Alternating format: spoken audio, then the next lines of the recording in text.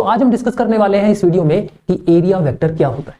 क्या होता है एरिया, फिजिक्स में एरिया वेक्टर का क्या रोल है और फिजिक्स में एरिया को वेक्टर क्यों कहा गया। हालांकि एरिया एक स्केलर क्वांटिटी, फिर भी एरिया को वेक्टर क्वांटिटी क्यों माना गया है, एक वेक्टर में रिप्रेजेंट क्यों किया गया है, यही हम इस वीडियो में आज जानने की कोशिश करेंगे। 12th क्लास के लिए बड़ा इंपॉर्टेंट टॉपिक है।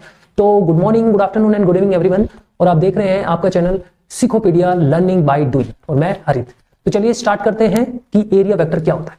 तो चलिए फटाफट से स्टार्ट करते हैं कि एरिया वेक्टर क्या होता है। प्यारे बच्चों एरिया वेक्टर, एरिया वेक्टर, तो प्यारे बच्चों एरिया वेक्टर क्या होता है पहले आप इसको समझने की कोशिश करिए। प्यारे बच्चों एरिया यानी एरिया के ऊपर हमने एक वेक्टर लगा दिया, इसका मतलब एरिया हमारा वेक्टर हो गया। क्या ये सही है? एरिया के ऊपर या किसी भी फिजिकल क्वांटिटी के ऊपर अगर वेक्टर लगाने से वो वेक्टर बन जाता है? नहीं प्यारे बच्चों, नहीं। लेकिन आपको ये बात समझनी पड़ेगी कि एरिया जो है ऑर्डिनरी एक स्केलर क्वांटिटी है। जनरली आप देखते हैं एरिया, किसी भी चीज का एरिया जो है वो हमेशा, अगर उसकी डायरेक्शन की बात करें, मैग्नीट्यूड तो सबके पास होता है। किसी एरिया का मैग्नीट्यूड, मान लो कोई एरिया है और वो 2 मीटर, सपोज करिए कि मान लीजिए ये कोई एरिया है और ये एरिया हमने लिया, area is equal to 2 metre square.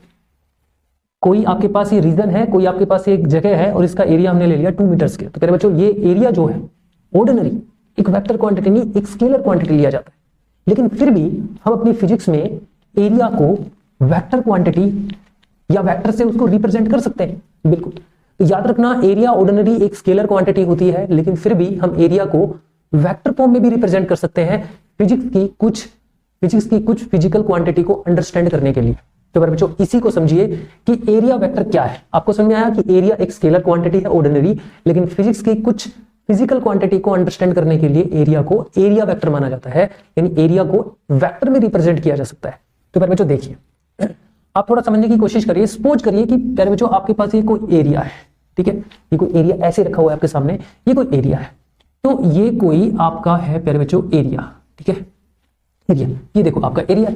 तो प्यारे बच्चों इस एरिया को ध्यान से देखो, इस एरिया को अगर वेक्टर में रिप्रेजेंट करोगे तो सबसे पहले देखिए हमें इस एरिया को अगर वेक्टर में रिप्रेजेंट करना है तो उसकी डायरेक्शन दिखानी पड़ेगी, क्योंकि वेक्टर क्वांटिटी के पास क्या होती है, डायरेक्शन होती है। तो प्यारे बच्चों इस एरिया का अगर हम एरिया वेक्टर लें तो प्यारे बच्चों ऐसे लेंगे, देखिए एरिया वेक्टर, ये एरिया है, इस एरिया का एरिया वेक्टर हमने लिया ऊपर की तरफ, तो ये कितने 90 डिग्री पर, प्यारे बच्चों देखो 90 डिग्री पर हमने एरिया वेक्टर लिया। अब अगर मान लीजिए सपोज करो आपके पास ये कोई इस तरह से ये कोई आपके पास एरिया है, तो प्यारे बच्चों ये आपके पास कोई है एरिया।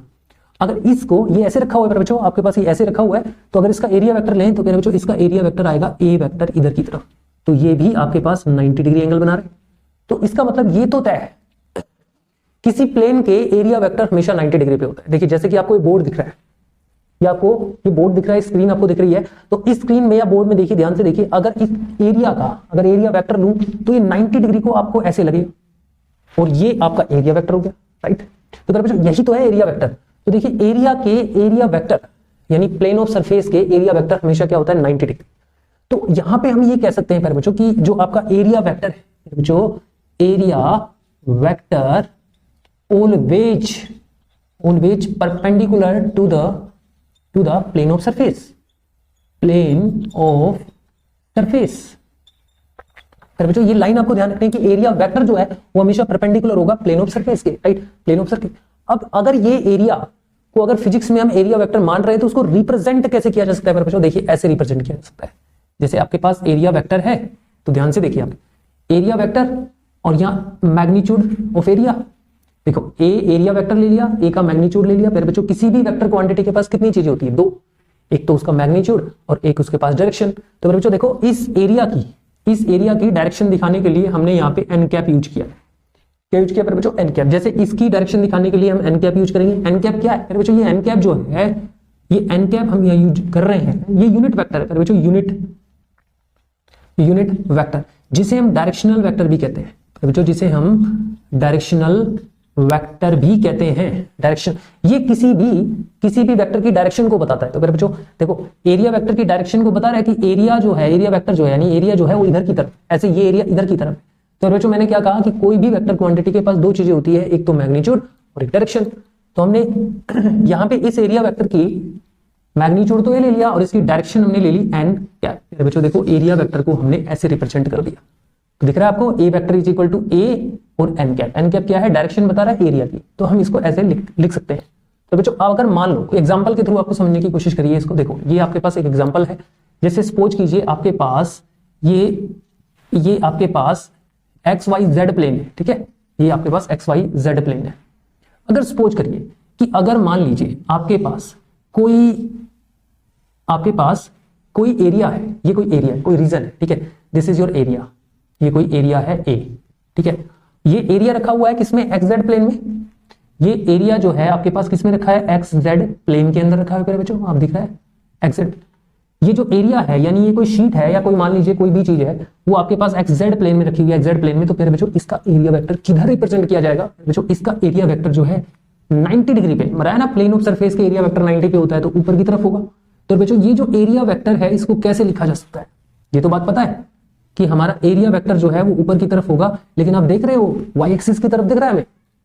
अगर हमारा कोई प्लेन एक्स जेड प्लेन, अगर हमारा कोई एरिया एक्स जेड प्लेन में रखा हुआ है तो उसका एरिया वेक्टर किधर रिप्रेजेंट होगा, 90 डिग्री पे वाई जेड में, सॉरी वाई एक्सिस में। तो यहाँ पे एरिया वेक्टर को आप लिख सकते हैं ए, इस एरिया का मैग्नीट्यूड क्या है, तो इसको रिप्रेजेंट कर सकते हैं जे कैप। फिर बच्चों देखो अब हमने एन कैप नहीं लगाया, एन कैप हमने यहाँ पे इसलिए लगाया था क्योंकि हमारे पास यहाँ पे कोई specific x axis y axis z axis नहीं था, लेकिन यहाँ पे हमारे पास x axis y axis z axis है, इसलिए हम यहाँ i cap j cap k cap लगा सकते हैं। अब वाई डायरेक्शन में जे कैप यूज करते हैं तो एरिया वेक्टर का आ गया आपके पास ए जे कैप, राइट। ये हमारे पास मेरे बच्चों क्या आ गया, एरिया वेक्टर, राइट। ऐसे ही एक एग्जांपल हम ले सकते हैं, सपोज करो एक आपके पास स्फीयर है बच्चों, एक स्फीयर है आपके पास, ठीक है, ये हमने कोई आपके पास स्फीयर लिया। अब सपोज करिए ये इसका एरिया है, राइट, ये इसके चारों तरफ एरिया है। तो मेरे बच्चों अगर मान लो इधर का अगर एरिया वेक्टर दिखाएं तो ये एरिया वेक्टर इधर हो गया, इधर का एरिया वेक्टर दिखाएं तो इसका एरिया वेक्टर इधर हो गया, इधर दिखाएं तो एरिया वेक्टर इधर हो गया। फिर बच्चों अब देखो इसके ऑल डायरेक्शन में इस स्फीयर के सरफेस पर किधर भी आप अगर एरिया वेक्टर लोगे तो बच्चों उसका एरिया वेक्टर इसके 90 डिग्री पे होगा। This is the area vector, this is the area vector, this is also the area vector, right, ये एरिया वेक्टर कहलाएंगे। ऐसे ही जैसे सपोज करो एक एग्जांपल हम ये ले सकते हैं कि सपोज करो आपके पास एक क्यूब है, ठीक है, ये हमने कोई क्यूब लिया मेरे बच्चों, क्यूब। अब देखिए आपके पास एक क्यूब है, अब इस क्यूब के अगर मान लीजिए इसका एरिया वेक्टर लें मेरे बच्चों, इसका एरिया वेक्टर लें, मान लीजिए सपोज करिए ये एक्स एक्सिस हो गया आपका, राइट, और ये आपका वाई एक्सिस हो गया और ये आ गया आपके पास जेड एक्सिस, ठीक है। ये क्यूब हमारा एक्स वाई जेड प्लेन में रखा हुआ है। तो बच्चों यहाँ पे अगर मान लीजिए मैं इसकी बात कर रहा हूं, इस एरिया की बात कर रहा हूं, अगर इस एरिया को मैं इधर रिप्रेजेंट करता हूं तो इसका एरिया वेक्टर निकालो, इस फेस का एरिया वेक्टर में निकालो मेरे बच्चों। तो इस फेस का एरिया वेक्टर क्या आना चाहिए, इस फेस का एरिया वेक्टर क्या आना चाहिए मेरे बच्चों, देखिए ए, भाई इसका मैग्नीट्यूड ऑफ एरिया जो है ए है, ठीक है। अब देखो अगर हम इधर लेते हैं तो मेरे बच्चों ये एक्स एक्सिस होता है, लेकिन इस फेस का एरिया वेक्टर इधर आ रहा है तो यहाँ पे क्या आ जाएगा, माइनस आई कैप, माइनस आई कैप। क्यों, क्योंकि पॉजिटिव एक्स एक्सिस है इधर, तो इसलिए डायरेक्शन वेक्टर कैसा आएगा, आई कैप, या माइनस आएगा। क्यों, क्योंकि ये इधर है। ऐसे ही अगर मान लीजिए आप इधर लेते हो तो ये एरिया वेक्टर आप रिप्रेजेंट कैसे करोगे मेरे बच्चों, एरिया और यहाँ पे आ जाएगा जी कैप, राइट। ऐसे ही इस एरिया वेक्टर को आप दिखाते हो तो क्या आ जाएगा आपके पास, ए आई कैप।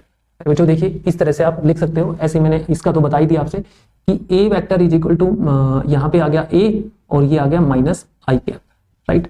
तो इस तरह से किसी भी एरिया का अगर एरिया वेक्टर निकालना है तो area vector plane of surface के परपेंडिकुलर आएगा और उसका फॉर्मूला मैंने बताया, इस तरह से रिप्रेजेंट कर सकते हो। अगर एक्स वाई जेड में अगर रिप्रेजेंट करते हो तो आई cap j cap, N cap की जगह आई cap j cap k cap भी यूज कर सकते हो। आई होप आपको समझ में आया होगा। इस वीडियो को रिपीट करिए, ध्यान से समझिए और समझने की कोशिश करिए और ज्यादा से ज्यादा शेयर कीजिए, लाइक करिए, सब्सक्राइब करिए ताकि इसका बेनिफिट सबको मिल पाए। Thank you.